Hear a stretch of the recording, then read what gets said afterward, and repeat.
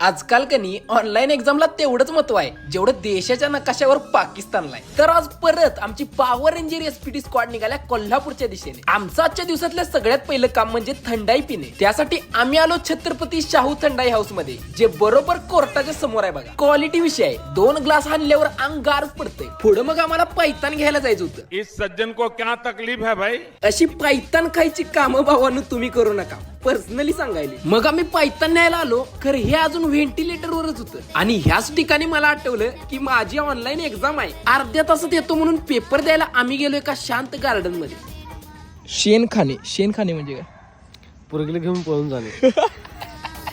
कसं तर मग पेपर सोडवला आणि परत आम्ही निघालो पायतान आणायला. आता तुम्ही म्हणणार किती वेळा पायतान आणायला जाते, पण ह्यावेळी घेऊनच आलो. येता येता मग मॅडी शोरमाचा शोरमा खाल्ला. हे असलं बघून मला फूड ब्लॉगिंग करू वाटते बघा. बावड्यात आहे, एकदा नक्की ट्राय करा.